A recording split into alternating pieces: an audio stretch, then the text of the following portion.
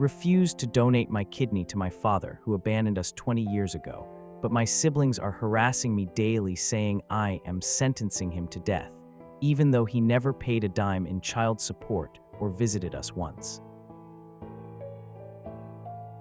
My father, William, showed up in my life again about 2 months ago after being gone for 20 years. My brother Preston thinks this is some kind of miracle reunion that I should be grateful for, just because the old man is sick. William left when I was 12, Preston was 14, and our sister Stella was 10. We didn't see him for decades. But now Preston has turned into this completely different person who thinks he has the right to tell me what I owe to a man who didn't even send a birthday card. The situation is that William has end-stage renal failure. His kidneys are shutting down and he needs a transplant. Apparently, he has been on the waiting list for a while, but because of his age and some other health factors, he isn't a high priority.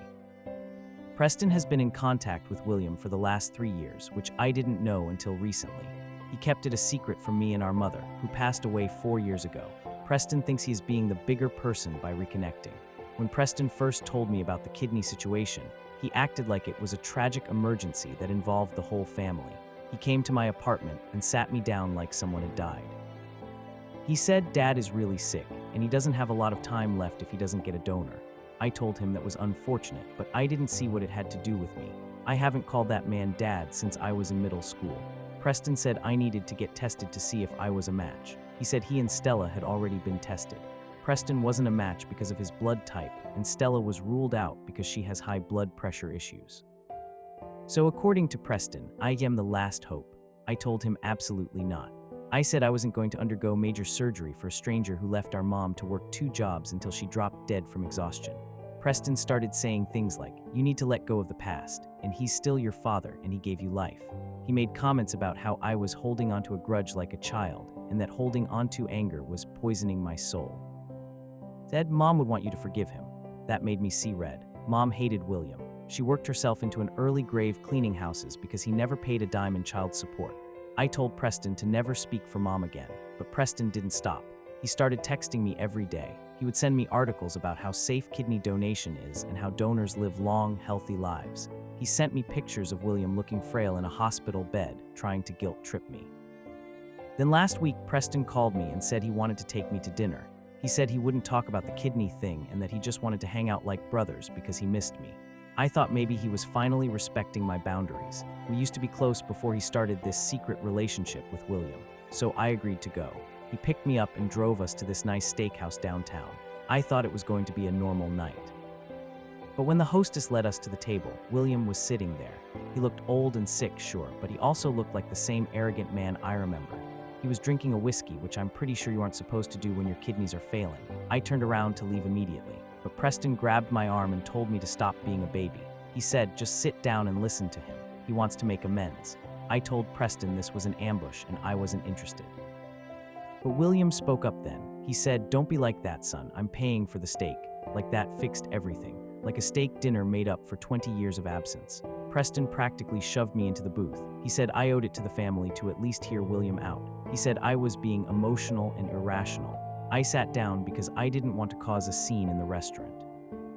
William started talking about his life and how he had made some mistakes, but that he was a different man now. He didn't apologize, he just made excuses. He said our mom was difficult and that he had to leave to find himself. Then he started joking about it. He said, well, at least you learned how to be independent, right? I didn't raise no mama's boys. He laughed like it was a funny story that we could all bond over. He looked at me and said, and look at you, you turned out fine. You didn't need me holding your hand. You should thank me for toughening you up. I couldn't believe what I was hearing. He was rewriting history to make his abandonment sound like a parenting strategy. Then Preston brought up the kidney again. He said, see, he's trying. He wants to be in your life. You have the power to save him. William looked at me and said, come on, kid, it's just a spare. You don't need 2. Help your old man out, and maybe I can put you in my will. I asked him what he had to put in a will, considering he never had money for child support. He just winked and said, I've done all right for myself lately. I finally couldn't take it anymore. I stood up and told them both to go to hell. I told William that he wasn't my father, he was just a sperm donor who owed my mother back pay. I walked out of the restaurant and called an Uber. Preston followed me out to the curb. He started yelling at me in front of the valet stand. He said I was being a spiteful little brat and that I was sentencing my own father to death out of stubbornness. He said, "You think you're so righteous, but you're just cruel. He's dying and you're walking away." I told him that William made his choice 20 years ago when he walked away from us. I said consequences have a way of catching up to people. Preston got in my face. He poked me in the chest and said, "You're going to regret this. When he's in the ground, you're going to hate yourself. And I'm not going to let you forget that you killed him." He said I was selfish and that Denise, William's new wife, apparently was right about me being cold-hearted. I punched him. I didn't even think about it. I just swung and hit him in the jaw. He stumbled back and looked shocked. I told him to stay away from me and that if he or William contacted me again, I would get a restraining order. I got in my Uber and left him standing there rubbing his face. That was a week ago. Preston hasn't stopped. He's been posting on Facebook about how some family members are letting their ego get in the way of saving a life. He's turned our cousins against me. Stella called me crying, saying she feels stuck in the middle, but that she thinks I should just get tested to stop the fighting. She doesn't know what William said at the dinner. She still thinks he's this repentant old man. I'm sitting here wondering if I'm crazy. Everyone is acting like I'm the villain. But I remember Mom crying at the kitchen table because she couldn't pay the electric bill.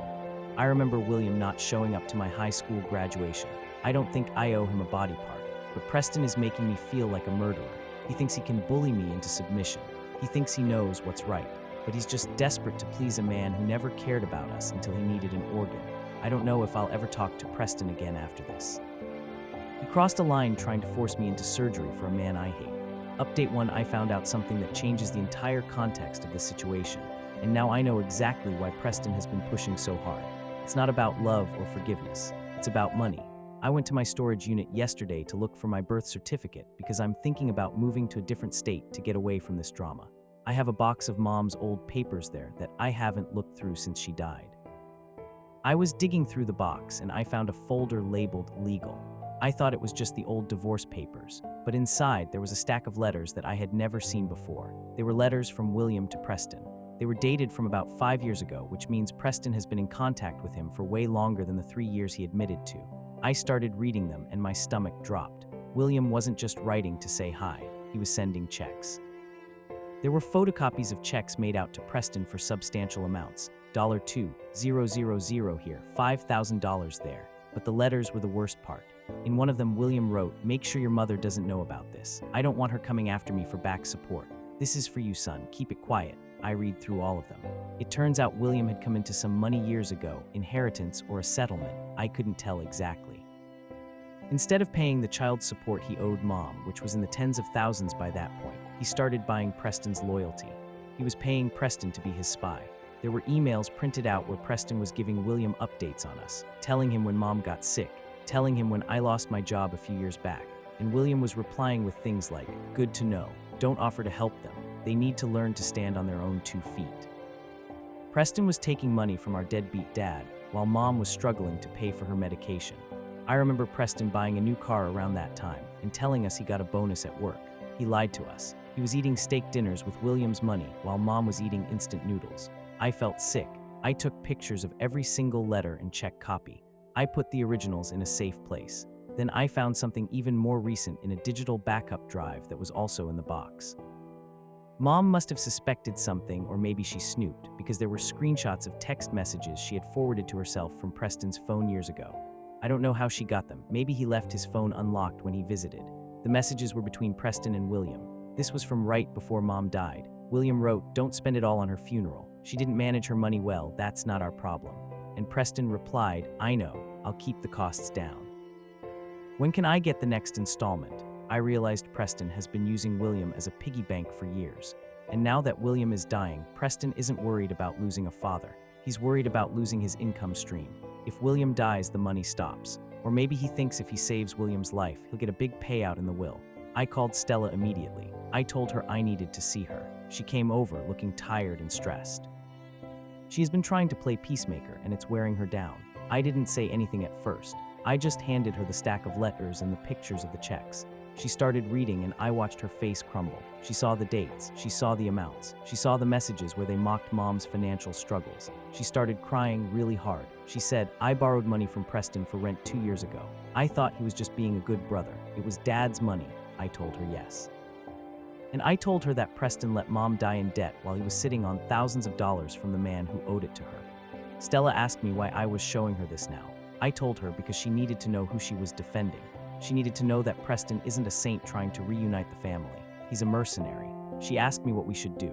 She said William and his new wife, Denise, are hosting a prayer vigil and fundraiser for William's kidney transplant this weekend. They invited all the extended family, church friends, and anyone who might be a potential donor. Preston is supposed to give a speech about the importance of family and sacrifice. I told Stella that we are going to that fundraiser, and we aren't going to pray. I told her that Preston thinks he can shame me publicly. He's been posting about me, making me look like the bad guy. So I'm going to show everyone exactly what kind of man he is. Stella was scared. She hates conflict. She said, can't we just show him the letters privately and make him stop? I told her no. Preston humiliated me in front of the family. He tried to force me into surgery. He desecrated Mom's memory. He doesn't get a private conversation. I told her she didn't have to say anything. She just had to stand there with me. But she said, no, I want to say something too. He lied to me for 5 years. We spent the rest of the night organizing the evidence. We made copies. We highlighted the worst parts, the parts about Mom, the parts about hiding assets. We are ready. Preston thinks he's controlling the narrative. He thinks I'm scared and hiding. He has no idea what's coming. Update 2, we went to the fundraiser. It was at a community center hall. There were balloons and a big banner that said a kidney for William. It looked like a birthday party, but grim. There were probably about 100 people there. William was sitting in a wheelchair at the front, looking frail and sympathetic. Denise, his wife, was fluttering around him, thanking everyone for coming. Preston was at the microphone. He was wearing a suit. He looked very serious and solemn.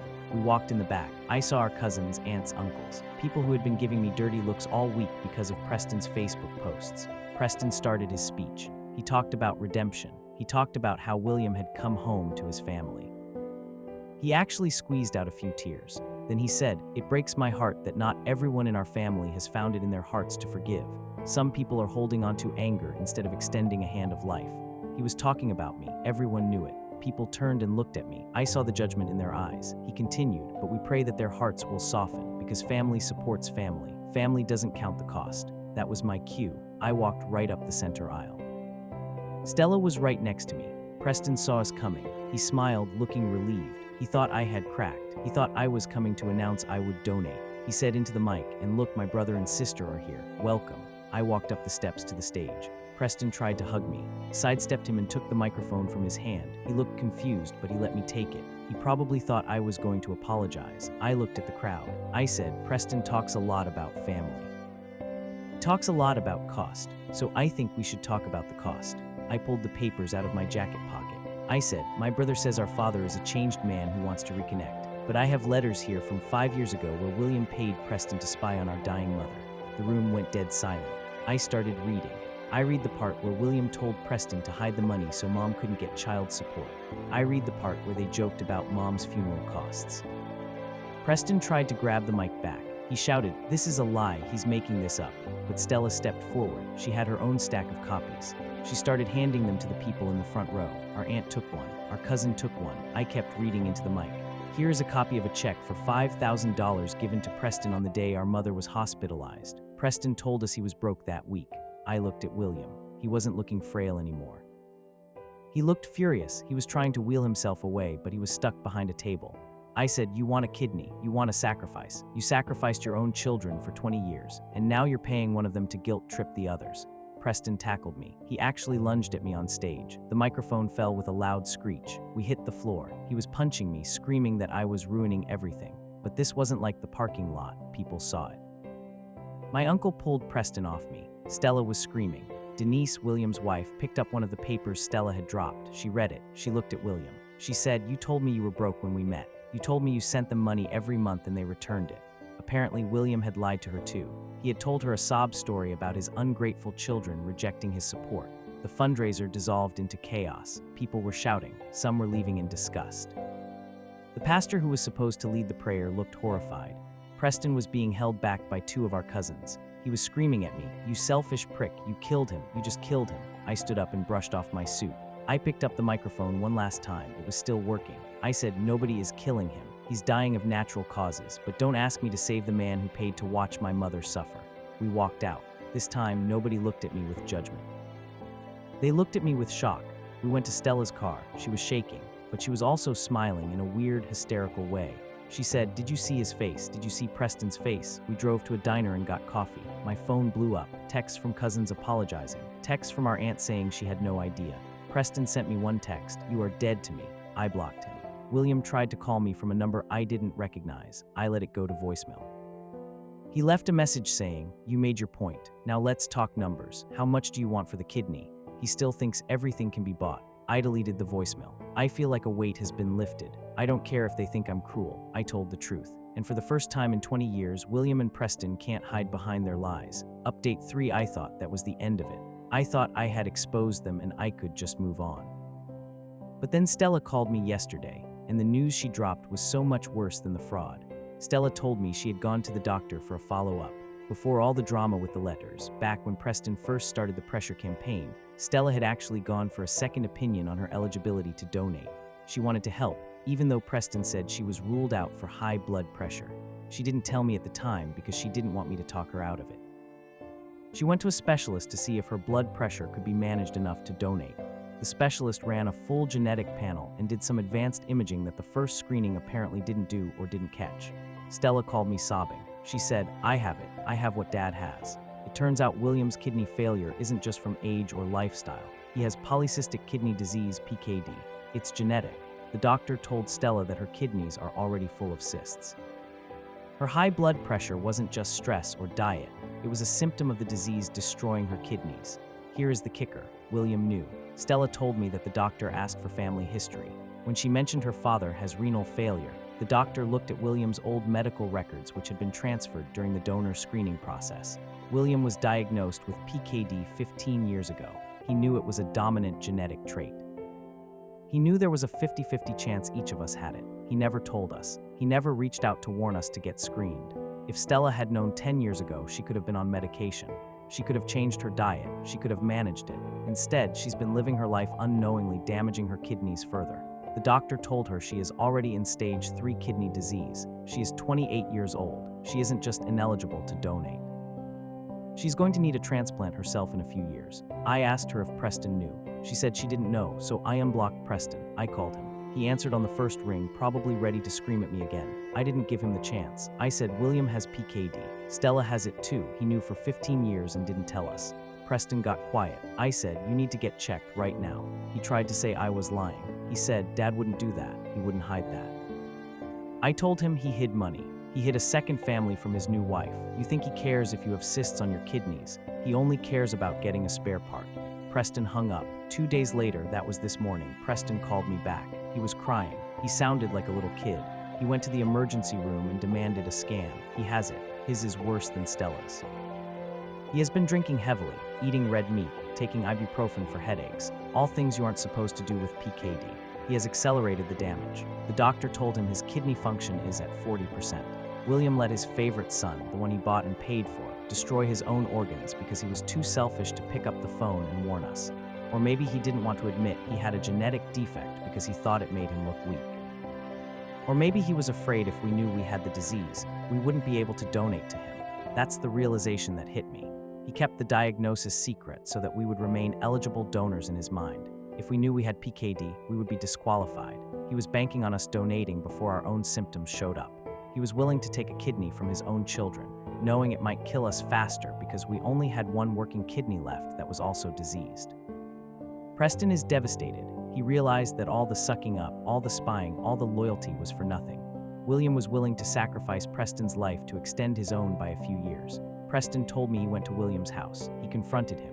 William apparently shrugged and said, "I didn't want to worry you kids." Preston lost it. He smashed William's trophy case. He screamed until the neighbors called the cops. William is now alone. Denise left him after the fundraiser revelation. Preston hates him. Stella is sick and terrified. I am the only one who doesn't have it.